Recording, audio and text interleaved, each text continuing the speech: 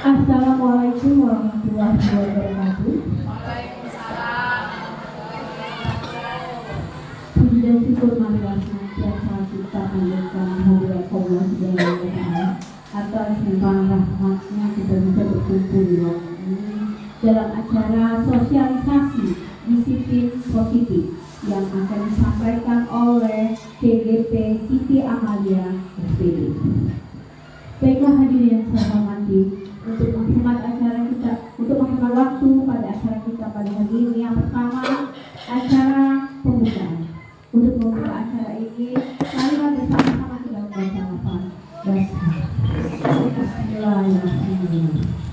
Acara yang kedua, sambutan Kepala Sekolah SMP Negeri 14 Kota Tunggal kepada Bapak Andris SPD saya terima.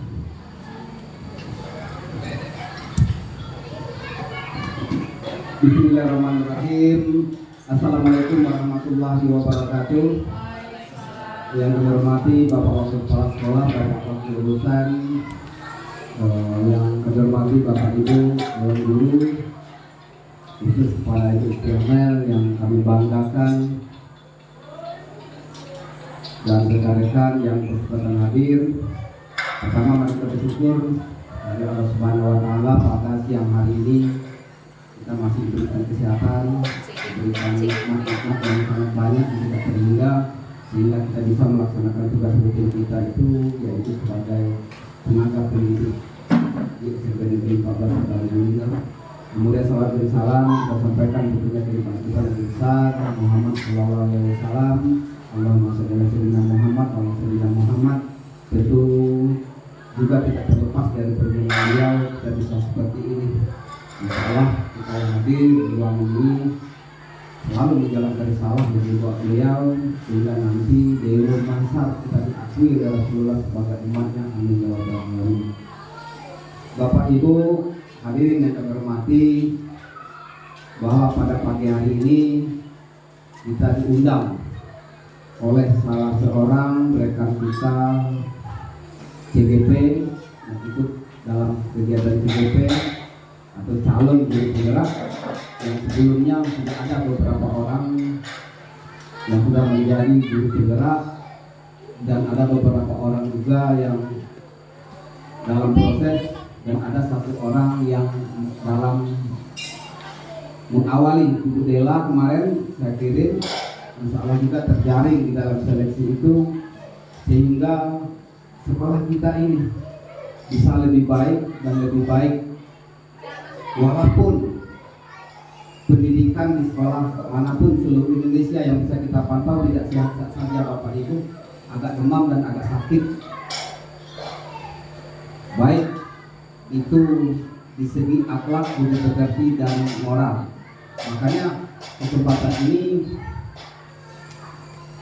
Ibu Siti Amel mengangkat budaya positif.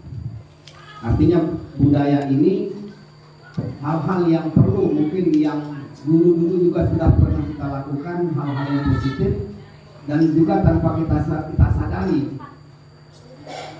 yang kita lakukan juga sehari-hari sudah menjadi budaya kita. Makanya di dalam kegiatan ini nanti dipaparkan apa saja mungkin budaya positif itu. Salah satu termasuk budaya disiplin. Budaya disiplin. Kenapa di situ? Ya saya juga punya insting, punya naluri bahwa disiplin itu adalah salah satu jembatan untuk mencapai apa yang kita harapkan. Zong bohong kalau dengan disiplin yang tinggi, dengan budaya disiplin untuk mencapai sesuatu yang kita cari atau yang kita dapat. Maka dari itu pada hari ini nanti akan sama-sama kita dengar pemaparan bagaimana bentuknya yang sudah diimpun dari beberapa sumber oleh Bu Siti Amel, dan insya Allah itu kita lakukan, kita manfaatkan dan kita realisasikan di sekolah. Kemudian ya sehari-hari juga kita harus berbudaya seperti itu Bapak Ibu, apalagi dengan istrinya kami Jadi saya sampaikan akan ada mungkin mendadak nanti Pak Apis, Kapolres, jadi inspektur upacara, mungkin Kanit di sini. Kemarin mereka sudah patroli. Ini kalau tidak saya buatkan fasilitasnya ya. Di mana kami nak latihan Pak? Di mana kami nak tampil Pak? Saya tidak membangun sarana untuk kami tari. Nah itu sudah bisa dipakai walaupun di atap. Nah teater, nah drama di situ, nah lomba apa saja, nah pidato Bu Ika, puisi sudah bisa kita tampilkan di situ. Tidak perlu lagi di kelas. Itu yang pertama. Yang kedua, yang ketiga, terima kasih kepada rekan-rekan. Mari kita semua Bapak Ibu berbudaya positif yang akan dimaparkan nanti. Mari kita banting setir untuk berbudaya positif. Artinya berbudaya positif ini berbudaya yang bermanfaat untuk orang lain Bapak Ibu. Untuk orang lain, bisa jadi untuk kawan-kawan, bisa jadi untuk anak, bisa jadi untuk keluarga, bisa jadi untuk lingkungan kita di mana kita berada. Saya tidak membanggakan Bapak Ibu di mana rapat saya tidak pernah kelas. Sering saya ngoceh di dinas, ya sudah. Dulu Pak Rudi, jangan dijelaskan ngulur waktu. Mangli, jangan dijelaskan ngulur waktu. Undangan jam 9, jam 10 belum mulai. Sering saya minggat karena batin saya tidak menerima hal-hal seperti itu. Maunya kita ya berdisiplin ya sesuai dengan aturan, sesuai dengan undangan misalnya, sehingga apa yang kita harapkan bisa kita capai. Jadi ini nanti setelah Bapak Ibu mendapat tentang berbudaya positif, nanti tolong diimbaskan di kelas masing-masing Bapak Ibu, supaya ke depan ya sekolah kita ini, saya sudah bicara mungkin Bapak Ibu bosan, lebih baik. Kalau kita hanya apa nama tidak pusing, biarlah anak baik ya sudah sekolah ini, ya di sekolah Bapak Ibu kasihan dengan sekolah kita. Gitu. Kemudian dengan membaca basmalah, mari kita sama-sama buka sosialisasi berbudaya positif di SMP Negeri 14 Kota Lumajang. Bismillahirrahmanirrahim. Sosialisasi resmi dibuka. Itu saja bisa disampaikan.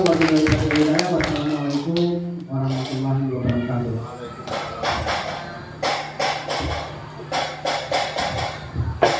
Baiklah, acara selanjutnya pemaparan disiplin positif dari calon jurusbicara angkatan ke-9 yang akan disampaikan oleh Ibu Siti Amalia, Sarjana Pendidikan. Kepada Ibu Siti.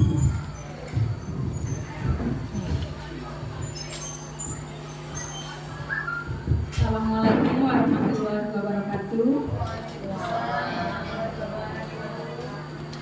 Terima kasih kepada Bapak Kepala Sekolah,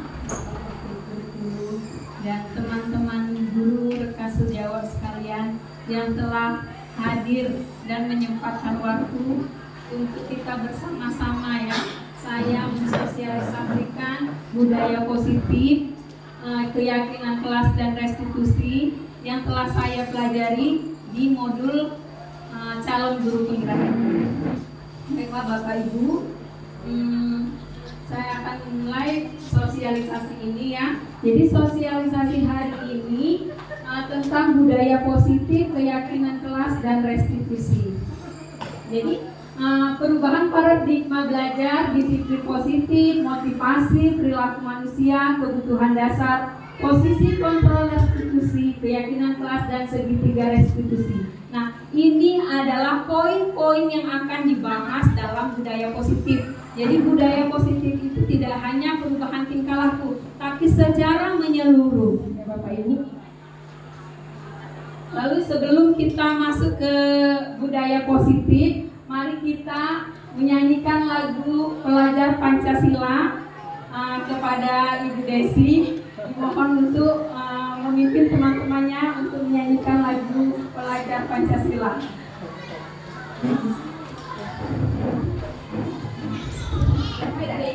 Beca-beca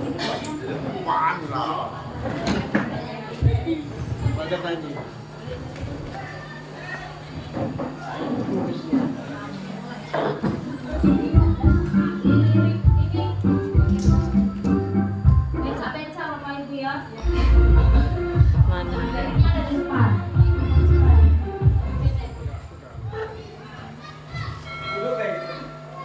Boleh berdiri. Kita menyanyikan sama-sama Progen Tiger Pancasila ya Bapak Ibu. Iya, Pak Sapiar dapat, Pak. Ada dapat di situ.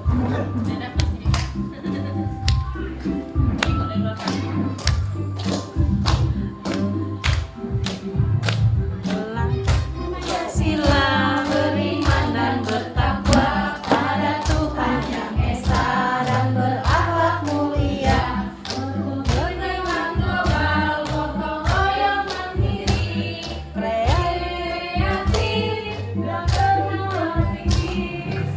Pancasila beriman dan bertakwa pada Tuhan Yang Esa dan berakhlak mulia. Bergembira global, gotong royong mandiri, kreatif dan teknologis.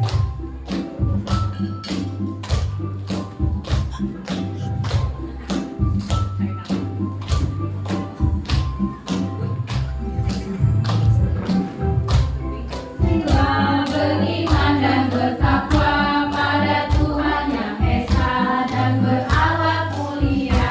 Bergembira global, gotong royong mandiri, kreatif dan teknologis. Sila beriman dan bertakwa pada Tuhan Yang Esa dan berakhlak mulia. Bergembira global, gotong royong mandiri, kreatif dan bernalar kritis.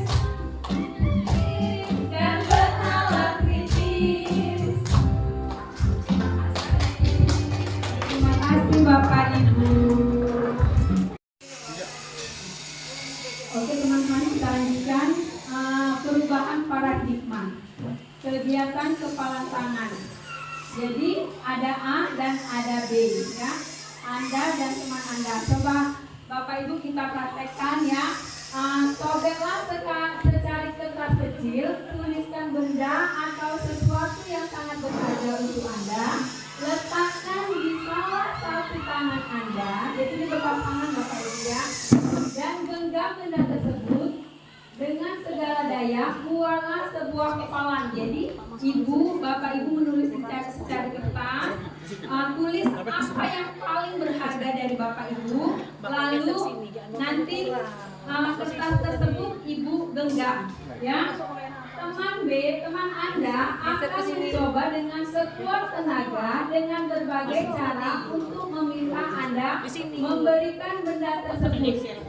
Teman Anda bisa membujuk, mengancam, menghakimi, merayu, menyuap apa saja agar dapat membuka kepalan tangan Anda. Apa yang terjadi? Coba Bapak Ibu dua aja, Ibu Nia dan Ibu Prinita, silakan ke depan.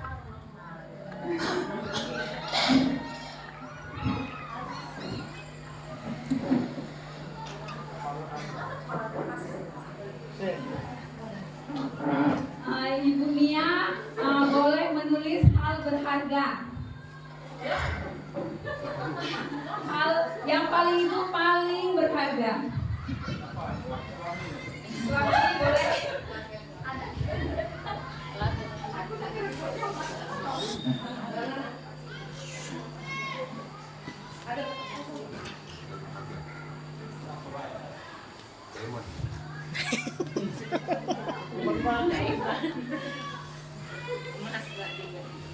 Silakan di depan sini Bu.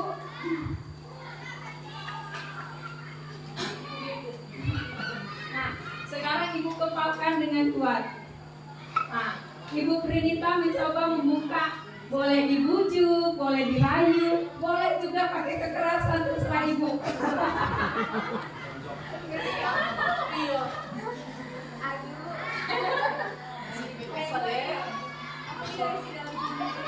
Aduh.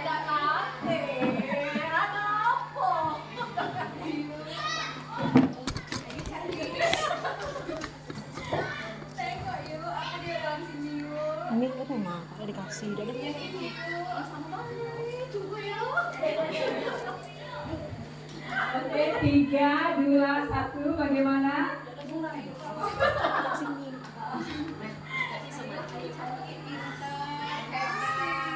Suami ganteng, boleh dah Riri Ningo ini sebentar baik. Oke, finish ya. Finish. Sekarang hasilnya gimana? Mau nggak Ibu Kurnia membuka kepalan tangannya? Hah? Tidak. Kenapa Ibu Kurnia tidak mau? Padahal sudah dibujuk nih. Oh, karena itu sangat berharga. Terima kasih Bapak. Terima kasih Ibu. Silakan duduk. Tepuk tangan dulu untuk teman-teman kita. Nah, itu adalah ilustrasi kita mengontrol orang lain. Jadi Bapak Ibu semua, kita tuh nggak bisa mengontrol orang lain, ya. Kita hanya bisa mengarahkan, ya.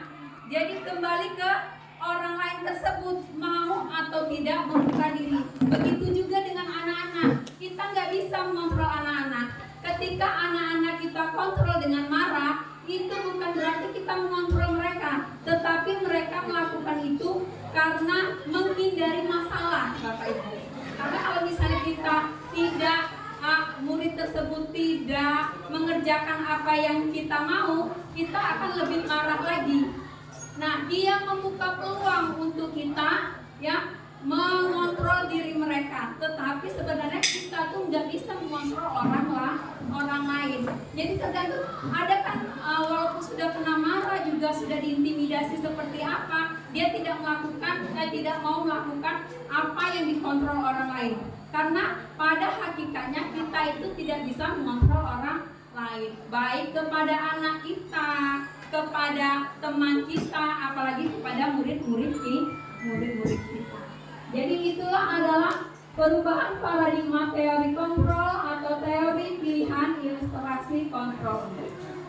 Ilusi guru mengontrol murid. Jadi itu tuh cuma ilusi. Hai anak itu kalau aku marah sudah dia takut sama aku. Itu hanya ilusi kita bahwa kita bisa mengontrol murid. Tetapi pada dasarnya kita nggak bisa mengontrol orang lain, ya. Lalu ilusi bahwa semua penguatan positif efektif dan bermanfaat, dan ilusi bahwa orang dewasa memiliki hak untuk memaksa. Jadi karena kadang kita merasa kita ini dewasa, kita lebih besar daripada anak-anak murid dan menganggap anak murid itu kecil, maka kita kadang merasa bisa mengontrol mereka. Padahal tidak sama sekali begitu. Anak itu mau kita perintah, mau kita kontrol karena dia membuka celah untuk kita mengatur mereka. Tapi kalau anak itu tidak membuka celah untuk kita mengontrol mereka, maka itu tidak akan terjadi sesuai keinginan kita. Jadi ini adalah stimulus respon dan teori kontrol. Kita mencoba orang lain berpandangan sama dengan kita, ya. Lalu berperilaku buruk dianggap sebuah kesalahan. Orang lain bisa mengontrol saya bisa mengontrol orang lain. Pemaksaan ada pada saat bujukan yang gagal. Jadi kalau sudah dibujuk tadi gagal, dipaksakan sama ibu Riri tadi. Nah, itu adalah stimulus respon. Lalu model berpikir menang dan kalah. Teori kontrolnya, kita berusaha memahami pandangan orang lain tentang dunia. Jadi sekarang kita nih ibu-ibu, bapak ibu guru diajak untuk membuka pikiran kita, ya. Kita bisa lebih memahami anak tersebut. Jika anak tersebut membuat kesalahan, kita memahami kenapa dia membuat kesalahan tersebut. Lalu semua perilaku memiliki tujuan. Jadi anak-anak itu kadang di kelas lari-lari atau dia nggak mau belajar, itu mereka pasti memiliki tujuan. Baik tujuannya merupakan kesenangan diri mereka sendiri, ya, atau tujuan yang lain. Lalu hanya Anda yang bisa mengontrol diri Anda. Nah, jadi ingat di kalimat kuncinya, hanya kita sendiri yang bisa mengontrol diri kita sendiri. Ketika kita membiarkan orang lain mengontrol diri kita, berarti kita sudah membuka celah tersebut, ya. Lalu Anda tidak bisa mengontrol orang lain. Kolaborasi dan konsensus membuat pilihan-pilihan baru dan berpikir menang-menang. Jadi Kalau misalnya orang berdebat sekarang, kita nggak boleh berpikir, nah menang aku berdebat dengan dia. Nah, tidak ada lagi pikiran seperti itu. Kita harus sekarang win-win solution.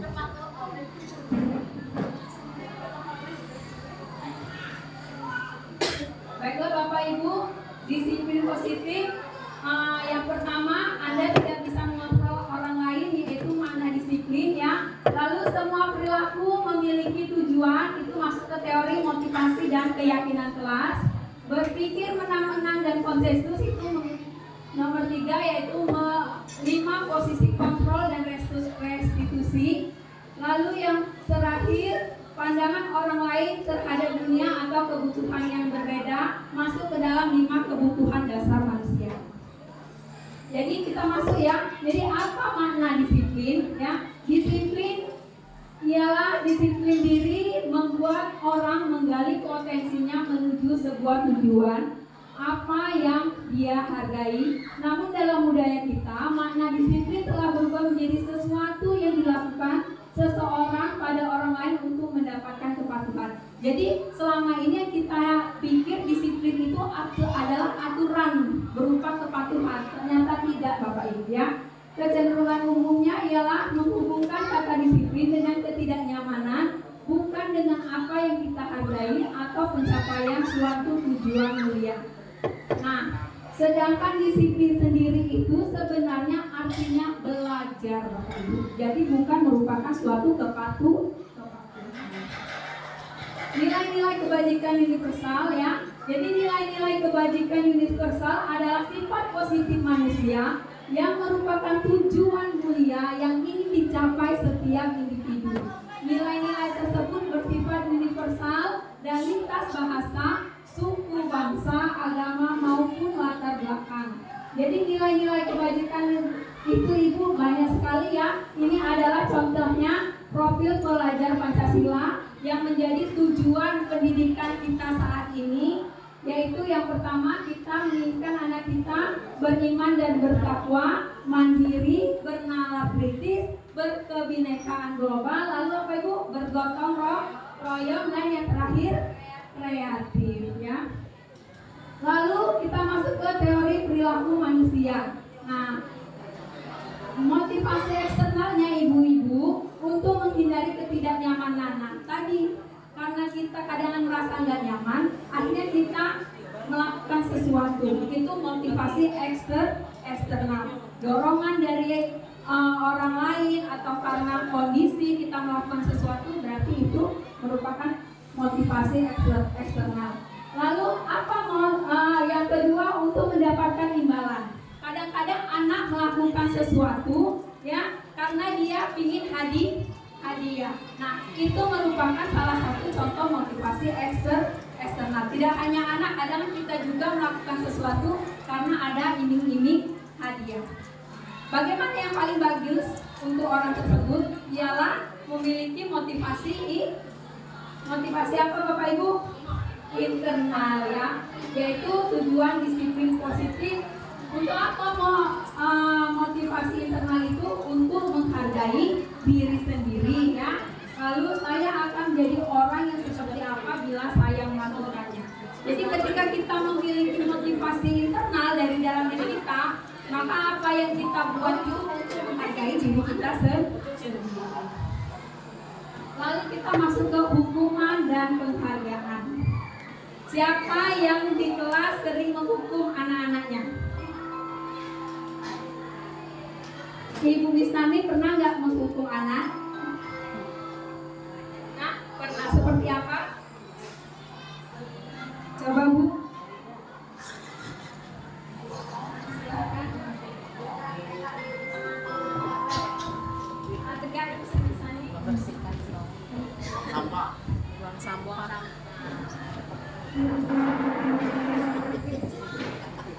Seperti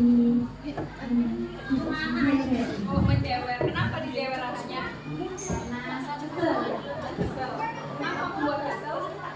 Ya, tidak pernah membuat kita. Oh, tidak membuat kita kesel. Oke, terima kasih Bu Bisnani. Lalu yang kedua, penghargaan.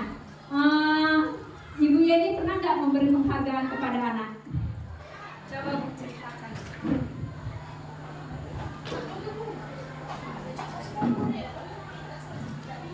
Saya sebagai seorang guru sering memberi penghargaan kepada anak apabila anak tersebut menunjukkan prestasi yang lebih dari teman-temannya.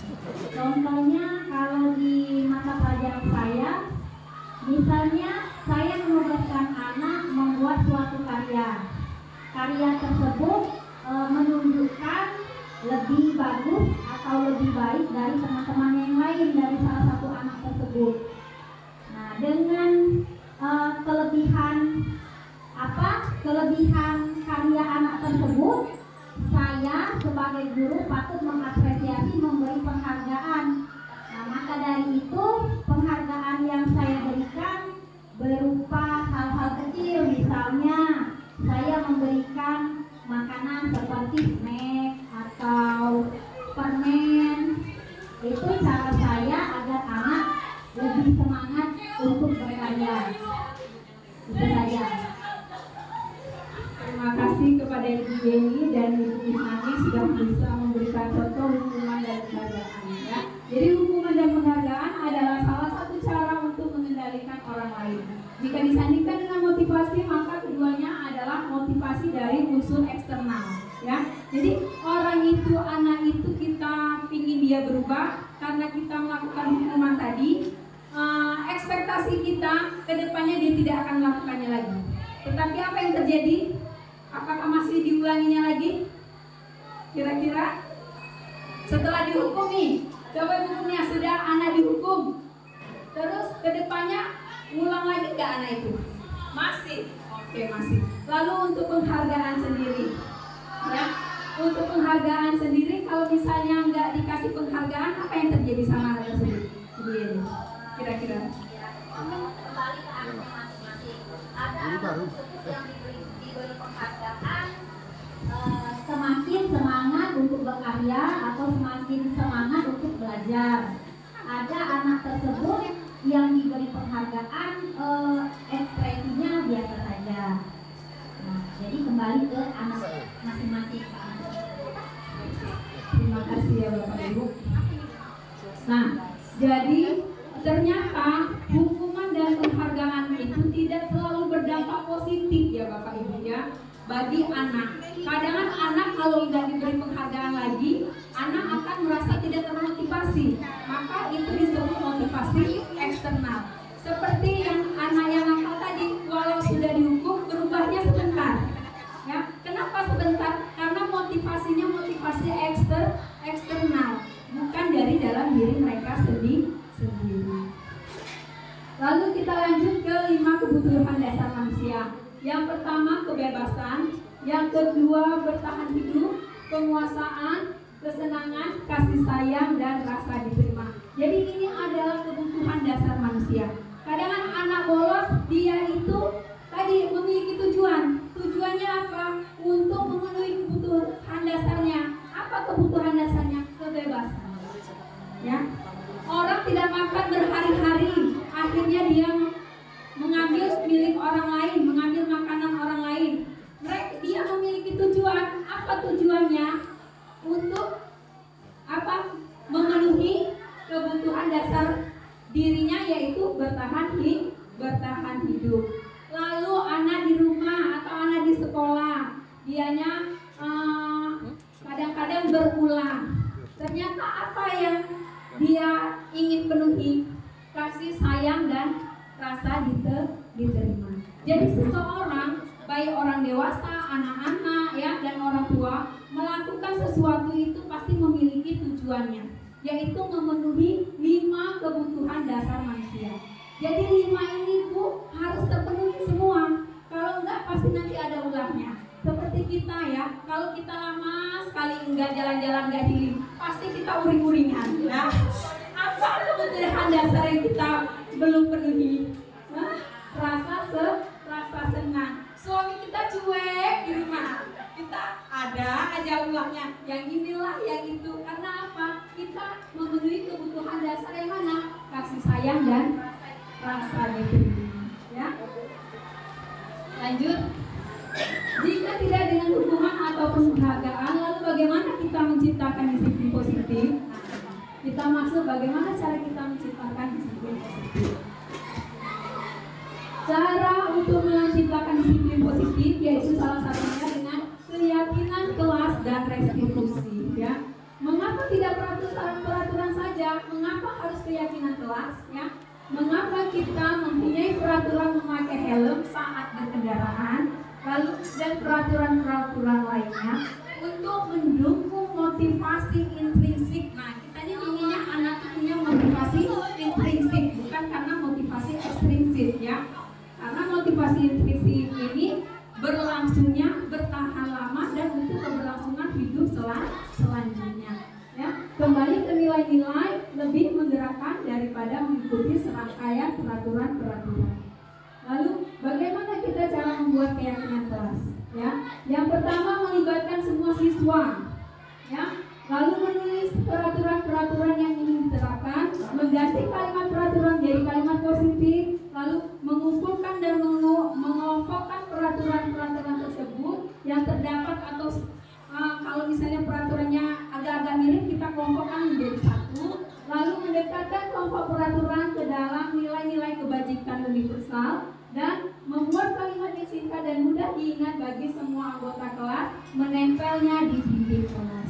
Tujuannya untuk apa? Ketika anak ibu di kelas, kita akan tanyakan, kita akan menggunakan restitusi nanti yang akan kita pelajari.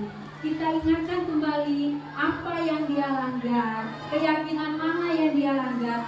Tujuannya apa? Untuk menyadarkannya, sehingga akan timbul motivasi intrinsik dari dalam dirinya yang kita harapkan anak tersebut akan menjadi lebih baik untuk sekarang maupun di kehidupannya yang akan datang.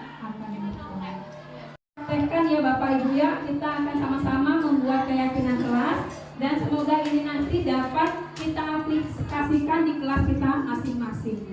Saya akan membagikan kertas ya, Bapak Ibu anggaplah jadi siswa, lalu Bapak Ibu boleh menuliskan kelas seperti apa yang Bapak Ibu inginkan, ya siswa inginkan. Boleh, terserah Bapak Ibu, boleh 4, 5 aturan, terserah Bapak Ibu semua. Setelah itu nanti kita akan menempelkannya di depan. Bisa kita mulai Bapak Ibu?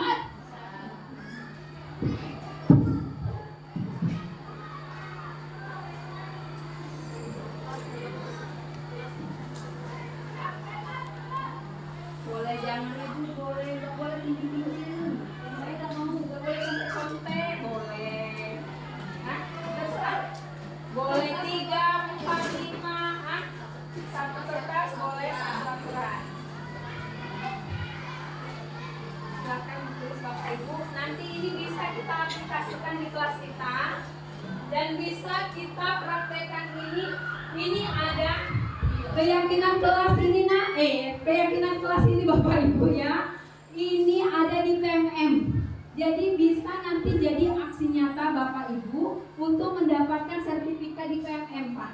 Jadi saya sudah membuat aksi nyata, praktik membuat keyakinan kelas di kelas bahasa Inggris Pak. Dan ini ternyata merupakan aksi nyata salah satu syarat untuk kita dapat sertifikat di PMM Pak.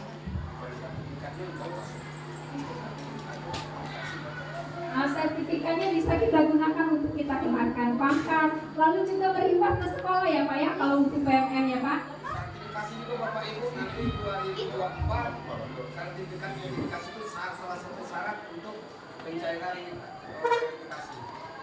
Sudah ada peraturan bimbingnya, sudah ada itu bisa keluar.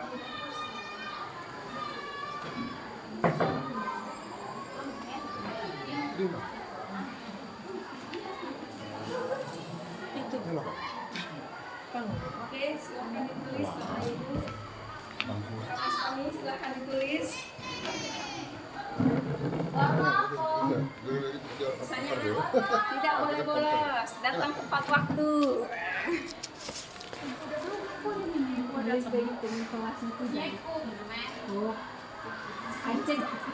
Ayu bertindak sebagai murid. Nah, pengen kelas Ayu seperti apa di kelas Ayu? Ya. masing-masing. Misalnya, woi, Kak, tadi Kak, Iya.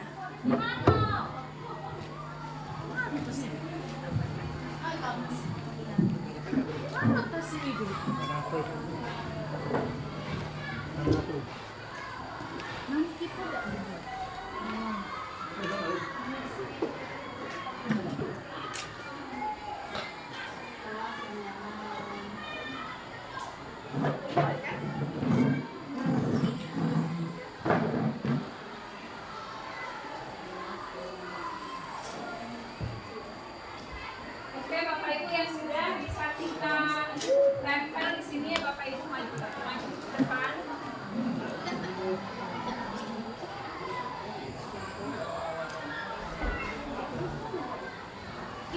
Ada yang lain yang punya sertifikat itu? Tidak, belum. Dibagi Bapak Ibu sekarang dua sertifikat ya. Sertifikasi. Oh, saya hari Rabu nanti baru validasi. Harus ada dua. Validasi aksi nyata di PMM itu Ibu setiap hari Rabu itu di minggu pertama dan minggu ketiga setiap bulannya. Jadi kalau misalnya kita seperti saya kemarin nguploadnya di hari Senin di minggu keempat ini, jadi nanti saya masih menunggu sampai minggu pertama di hari Rabu. Yang Silakan ditempelkan Bapak Ibu. Bagi yang sudah boleh serempak menempelkannya di depan, silakan.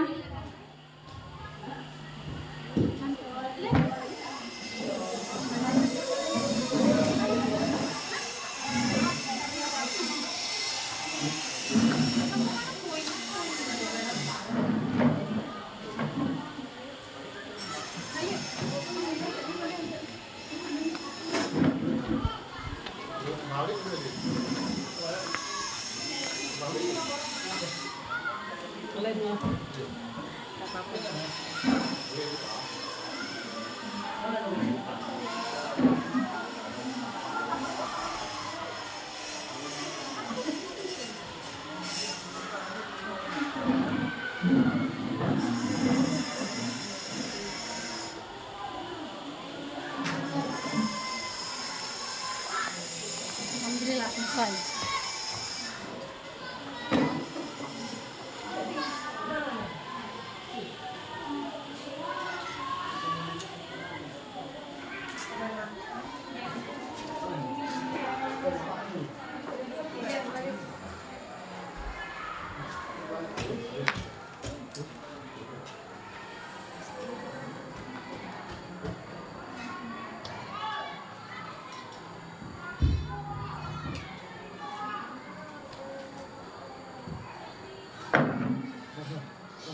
Ya, Ibu Yeni tetap bisa menjadi di depan. Boleh dibantu Ibu Kurnia? Ini kan?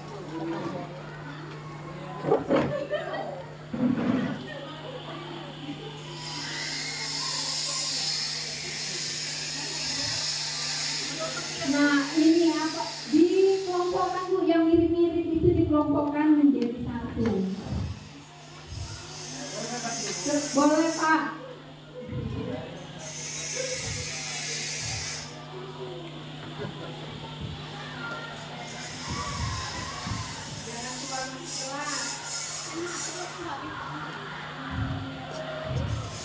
Datang tepat waktu, tidak boleh ribut. Tidak boleh ribut ini berarti apa? Nah, jangan ribut. Oke, sama, jadi satu. Nah, boleh datang tepat waktu. Tugas jangan banyak-banyak Bu, boleh di sini ya. Nih belajar yang menyenangkan berarti jadi satu dengan tugas yang banyak-banyak ya. Oke. Ada permainan, nah jadi satu. Saling menghargai antar bullying, boleh. Pengen kelas diam saat tidak ada guru, berarti sama tidak boleh ribut. Nah kalau namanya ribut, nggak bisa kita ganti Pak ya. Saya apa? Oh ada 3 langsung ditulis jadi 1 ya? Nggak apa-apa. Saya ingin kelasnya tenang, berarti masuk ke dalam jangan ribut tadi, tidak boleh menyontek, tidak datang terlambat. Tidak datang terlambat ini seharusnya datang tepat waktu, kita masukkan di sini aja lah. Oke, aku ingin di kelas memiliki peraturan yang ketat dan bayar uang kas tepat waktu. Nah, berarti hubungan dengan apa itu? Disiplin ya. Datang tepat waktu, disiplin. Masukkan saja Bu, nanti kita klasifikasikan nanti.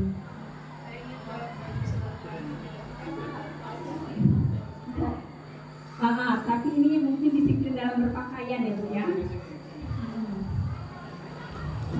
Saya ingin 1 kelas berpakaian rapi ya. Saya ingin 1 kelas apa itu tidak nakal dan berpakaian rapi, masukkan di berpakaian rapi itu bullying. Oke. Nah ini Ibu namanya kita mengklasifikasikan dari pendapat-pendapat murid tadi, kita kelompokkan agar kita mendapatkan keyakinan kelas. Keyakinan kelas nggak boleh banyak-banyak, sebaiknya tidak banyak-banyak ya Bu ya. Supaya apa? Supaya mudah diingat oleh anak.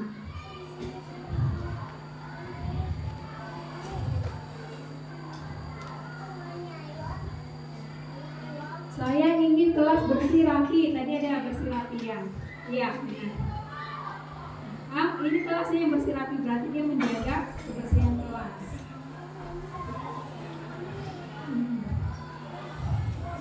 Jangan berpacaran di kelas, ini masuk ke bullying. Oke. Kelas saat belajar berarti dihubungkan dengan waktu. Jangan makan di kelas. Ya, masuk ke kebersihan. Belajar bermain. Oke. Terima kasih Bu Kurnia dan Ibu Yeni. Kasih tepuk tangannya dulu teman-teman. Pak Hafiz bisa tolong difoto keyakinan kelasnya. Dan kita dapatkan 1, 2, 3, 4, 5, 6 poin ya Bapak Ibu ya. Poin yang pertama itu ada tugasnya ya, jangan banyak-banyak ya Bu. Lalu belajar yang menyenangkan, ada permainan, belajar sambil bermain. Kira-kira keyakinan kelas apa yang akan kita? Terima kasih ya Pak ya. Terima kasih kepada Pak Hafiz. Tolong Bu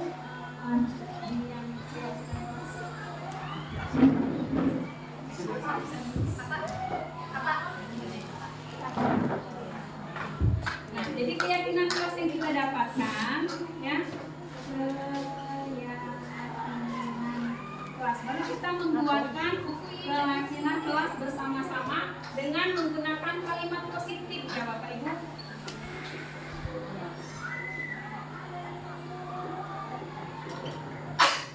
Jadi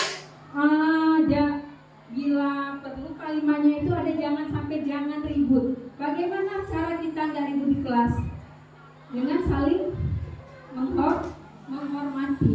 Jadi begitu kita anak ribut di kelas, kita panggil, kenapa kamu ribut di kelas? Keyakinan apa yang sedang kamu langgar? Maka dia akan bilang menghormati, keyakinan menghormati antar teman sejawat atau antar teman. Jadi 1 kita mendapatkan poin di situ. Jadi untuk saling menghormati itu tidak ribut dan menghargai, anti bullying. Bagaimana supaya tidak terjadi bullying di kelas? Masuk mana kira-kira? Menghargai ya. Jadi yang pertama tadi kita tulis saling menghormati supaya tadi tidak ribut di kelas.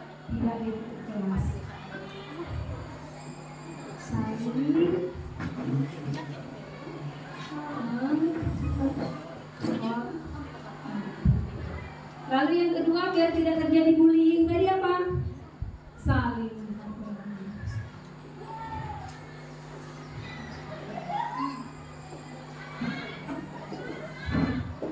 Lalu tugasnya jangan banyak-banyak ya Bu, belajar yang menyenangkan.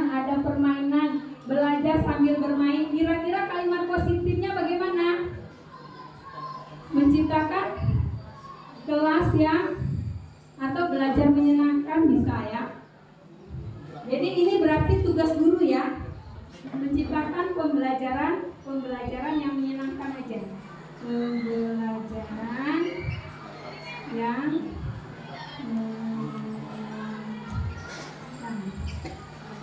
lalu yang keempat, saya ingin selalu rapi, tidak berkata kotor. Saya ingin satu kelas berpakaian rapi. Saya ingin satu kelas tidak nakal dan berpakaian rapi. Jadi masuk kemana ya Bapak Ibu?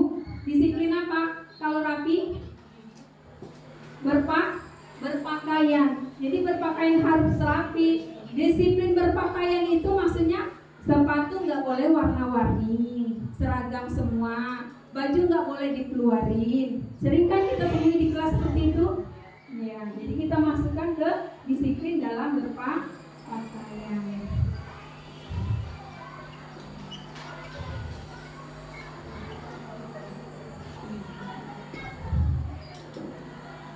Lalu datang tepat waktu, lalu tidak datang terlambat, itu tidak keluar masuk kelas.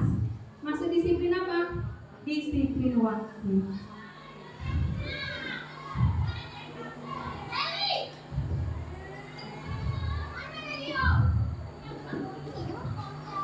Lalu saya ingin kelas rapi.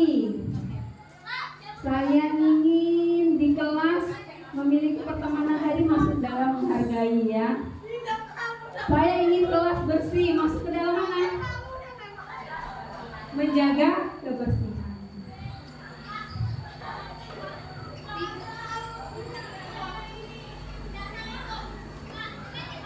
Oke Bapak Ibu, dari pendapat Bapak Ibu tadi kita mendapatkan 6 keyakinan kelas ya. Yang pertama saling menghargai, yang kedua yang pertama saling menghormati, yang kedua saling menghargai, yang ketiga pembelajaran yang menyenangkan, yang keempat disiplin dalam berpakaian, yang kelima disiplin waktu, dan yang keenam menjaga kebersihan.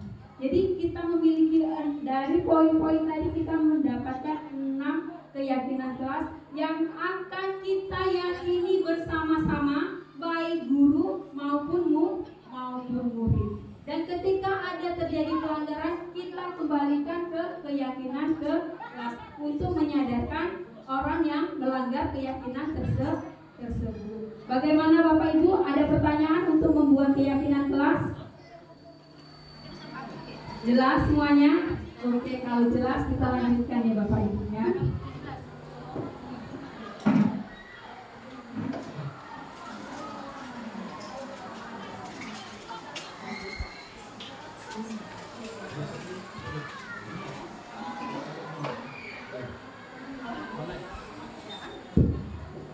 Alhamdulillah Bapak Ibu kalau sudah mengerti, semoga bisa kita implementasikan bersama-sama di kelas kita masing-masing ya, supaya kita bisa mengunggah aksi nyata di PMM kita dalam membuat keyakinan kelas. Kita lanjut posisi kontrol guru. Nah, coba kita lihat, ini ada posisi kontrol guru ya. Yang pertama itu identitas gagal. Apa saja yang termasuk dalam identitas gagal? Yaitu posisi kontrol guru penghukum. Yang kedua pembuat orang merasa bersalah. Ya.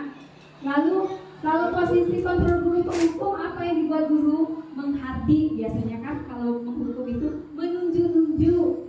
Lalu contohnya kalau kamu tidak melakukannya, awas ya, nanti saya cubit ya. Itu adalah posisi menghukum. Lalu hasilnya apa? Anak tersebut dalam hatinya memberontak ya, menyakiti. Dan kadang-kadang karena sudah dihukum itu anak berbokong. Lalu yang kedua membuat orang merasa bersalah ya. Caranya gimana biasanya kita lakukan?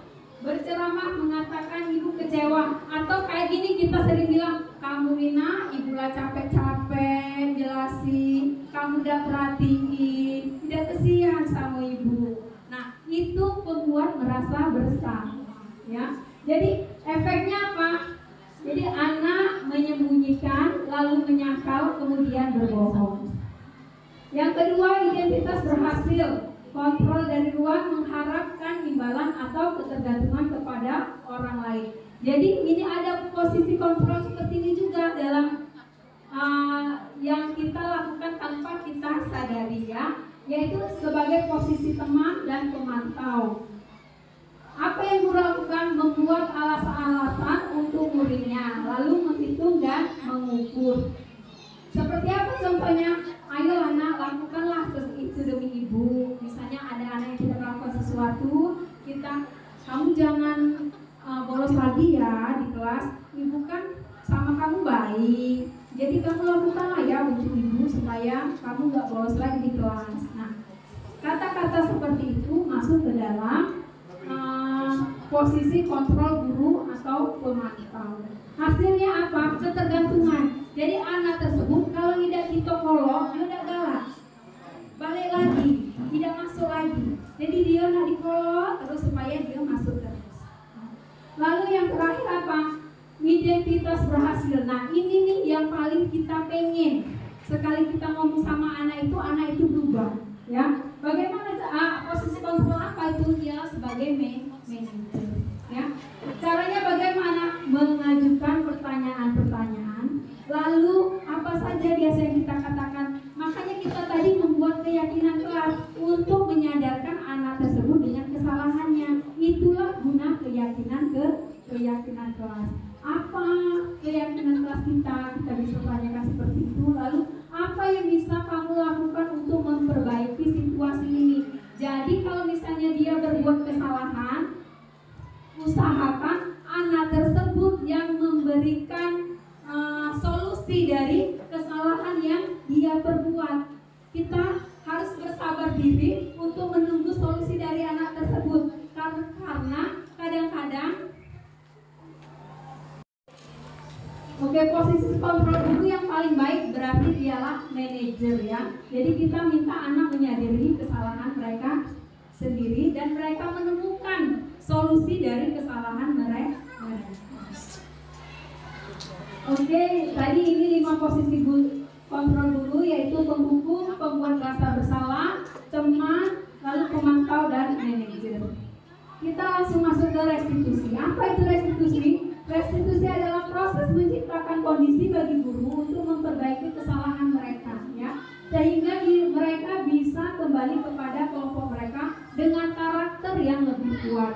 Restitusi juga merupakan proses kolaboratif yang mengajarkan murid untuk mencari permasalahan, ya, mencari solusi untuk masalah yang mereka hadapi, dan membantu murid berpikir tentang orang seperti apa mereka ingin menjadi. Jadi ketika anak itu kita sadarkan dengan kesalahan dia dan dia menemukan solusi sendiri atas permasalahannya, kita harapkan anak itu nanti ke depannya tahu mau jadi seperti apa diri mereka, ya. Lalu ciri-ciri restitusi yang pertama, bukan untuk menebus kesalahan, namun untuk belajar dari kesalahan. Memperbaiki hubungan, tawaran bukan paksaan, ya. Jadi kita nggak boleh memaksakan solusi kepada anak tersebut, kita hanya boleh menawarkan solusi, dan yang menentukan solusi apa yang mau diambil itu anak tersebut, ya. Jadi bukan kita. Lalu restitusi menuntut untuk melihat ke dalam diri. Restitusi diri adalah cara yang paling baik. Restitusi fokus pada karakter, bukan tindakan. Jadi kita tuh pengennya membentuk karakter anak itu yang berdampak positif untuk kehidupan anak tersebut 10, 20, 30 tahun lagi, ya. Jadi dengan adanya kalau kita berhasil melakukan restitusi, kita harapkan anak itu nanti ke depannya jadi orang jujur, disiplin waktu, disiplin seperti keyakinan kelas kita tadi, ya. Lalu restitusi mengembalikan murid yang berbuat salah pada kelompoknya.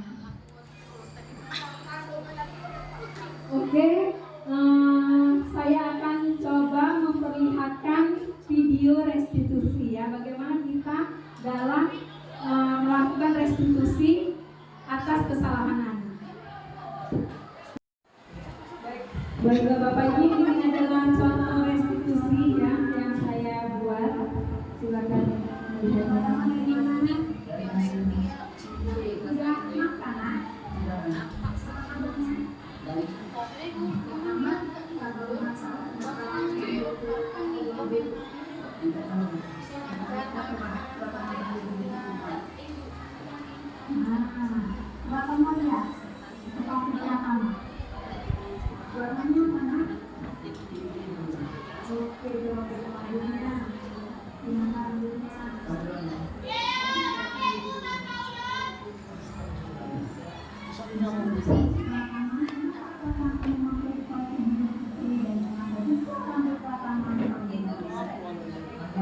masih bisa kunci.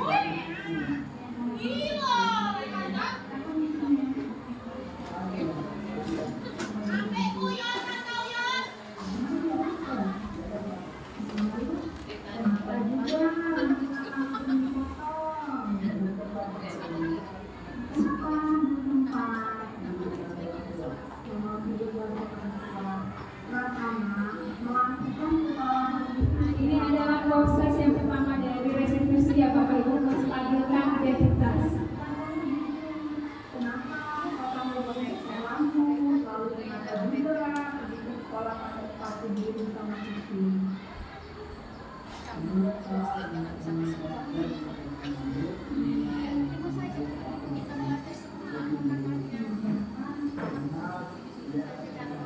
Oh begitu, tapi pertama punya alasan melakukannya.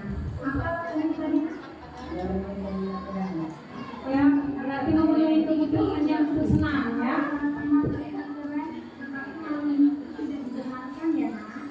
Kita harus memvalidasi tindakan anak yang salah. Kita bicara tentang keyakinan Yang cara yang ketiga yaitu langkah yang ketiga yaitu menanyakan keyakinan kelas ya. yang pertama tindakan.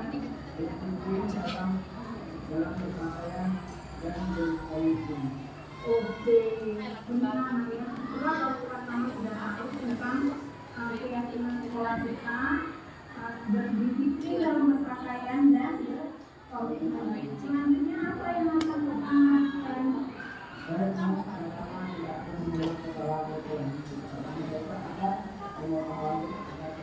Jadi anak dia mencari solusi sendiri atas permasalahan mereka. Kedepannya, sekarang pertama selalu meningkatkan keyakinan secara kita selama kita berdisiplin dan berkomitmen. Ya. Kalau pertama sudah paham, sekarang kita boleh menanyakan.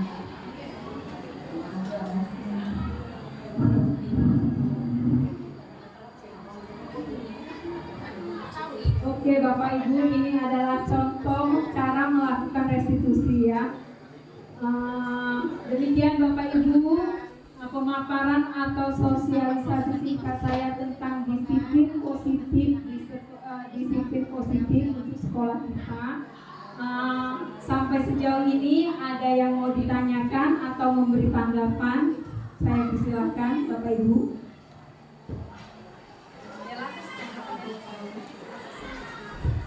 Oke, Bu Dela, silakan.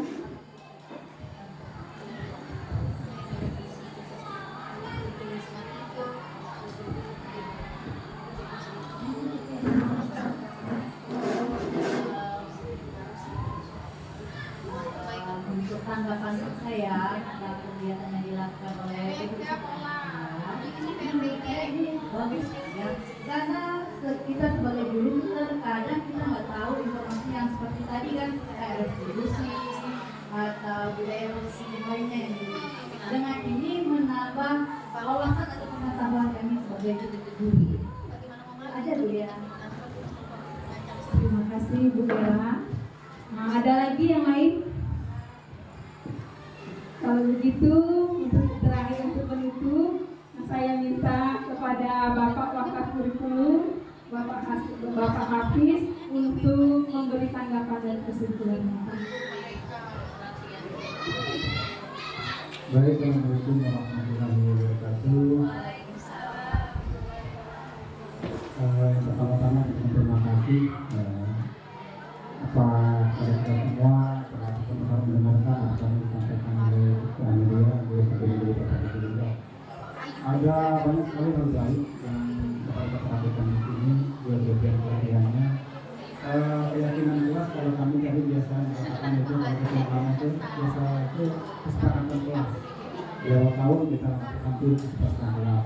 Ada guru yang sudah melaksanakan, ada juga yang belum. Tapi ini dengan trik-trik resolusi yang baru ini sehingga bisa menjadi memotivasi kita sebagai tenaga pendidik untuk berkolaborasi, berinovasi. Saya berharap kita semua Bapak seperti Ibu yang mulia yang sebenarnya mengikuti kegiatan-kegiatan di Guru Cendra dalam kurikulum desa. Ini saja. Terima kasih Ibu Bapak lagi untuk dilanjut saya. Assalamualaikum warahmatullahi wabarakatuh. Terima kasih kepada Ibu Dewa dan Pak Hafiz yang sudah memberikan tanggapannya. Itu sekarang malu sama nervous ya Pak ya. Karena nervous ya. Baiklah Bapak Ibu, terima kasih atas partisipasinya hari ini. Semoga apa yang Ibu lakukan dengan berpartisipasi dalam kegiatan saya ini, saya tidak bisa membalasnya, hanya Allah yang dapat membalasnya. Semoga menjadi amal kita bersama. Sekian, Assalamualaikum warahmatullahi wabarakatuh.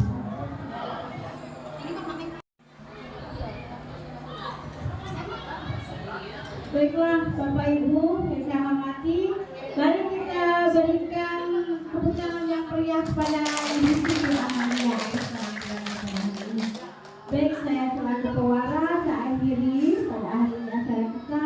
Akhir kata saya ucapkan wabillahi taufiq wal hidayah. Wassalamualaikum warahmatullahi wabarakatuh.